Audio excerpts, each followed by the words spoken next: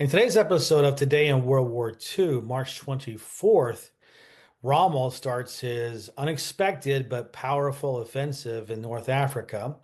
Outside of Rome, in a bunch of caves, the SS massacres Italian civilians. The Great Escape happens in Poland. And finally, George Patton, our favorite general, urinates into the Rhine River. Let's get started. Okay, so on March 24th, 1941, Rommel opens up his first offensive in North Africa. It was at a very inopportune moment for the Allied armies because if you remember from previous episodes, Churchill had sent some key units to Greece to help the Greeks in their battle there.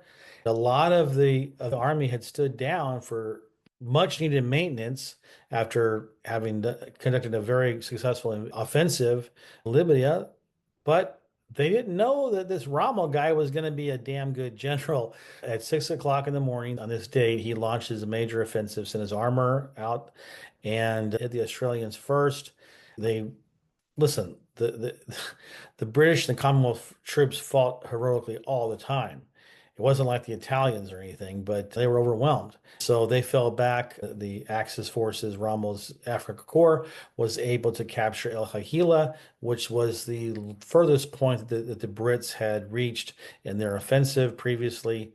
In fact, the British Second Armored Division had to fall back 30 miles to Mersa. We're going to see over the next weeks in this video series just how far Rommel gets, and he's going to get pretty darn far. I'll just leave it at that.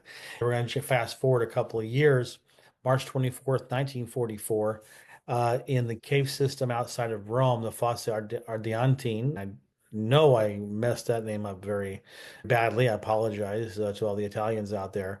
The SS massacred 355 Italians, 250 of which were civilians.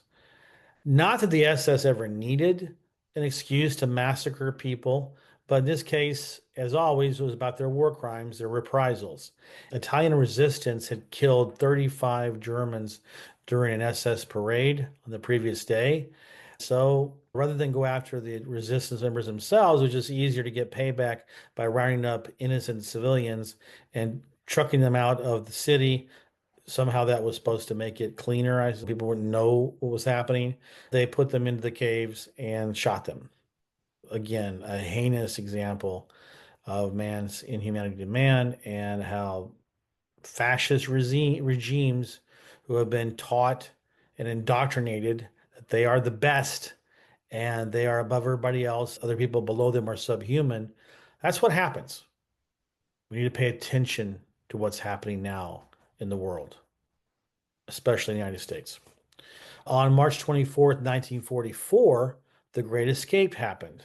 This was the subject of a very bad movie made back in the 60s, with Steve McQueen. I can tell you right now, as we discuss this event in history, there was no American pilot who stole a motorcycle and drove all Germany and was able to jump one of the fences on the barrier between Germany and Switzerland. Never happened, okay? I don't even think there was an American who got out. There were some Americans involved in the planning and involved in the actual construction, and they had roles there, but I don't think they were able to get out. So if you remember the story, if you didn't, I'll just touch you briefly. The Germans had decided they were going to build this escape-proof camp in Sagen, Germany, which is now Poland, as far away from the Western Allies as possible. 76 of them actually got out of the camp. Three were able to make home runs, but 50 of them who were recaptured were shot by the Gestapo. Of course, the Brits tracked them down at the end of the war. They were all executed, the ones that hadn't died in the fighting before that. I'm a big escape buff. I love World War II escapes. I'm partial to Colditz Castle. That was where their best of the best were. And there were some really good escape artists here as well. They couldn't physically put them all in Colditz Castle.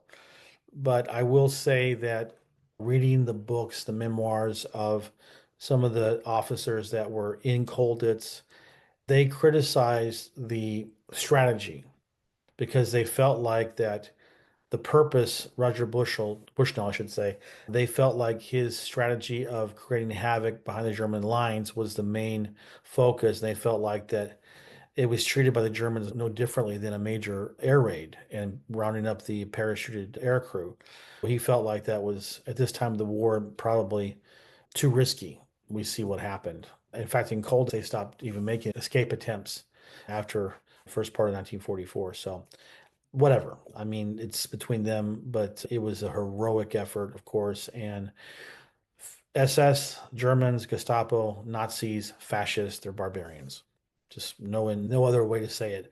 He's not a barbarian, but George Patton loved the drama. On today's date, 1945, March 24, 1945, Patton urinated on into the Rhine River.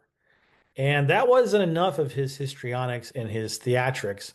He decided that once he got on the other side into the far bank of the Rhine, he took some dirt as a souvenir. He wanted to emulate one of his favorite historical figures, William the Conqueror.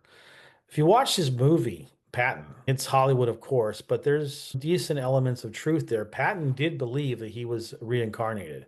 He could go on and on about the different lives he led and so on and so forth. He was a warrior in each life that he lived. I hope that's true. I hope that he's somewhere now going to be helping the U.S. out again. Or maybe it won't be the U.S. Who knows? But all I know is that's enough for this video. Thank you very much for watching. I appreciate you, and I'll see you tomorrow.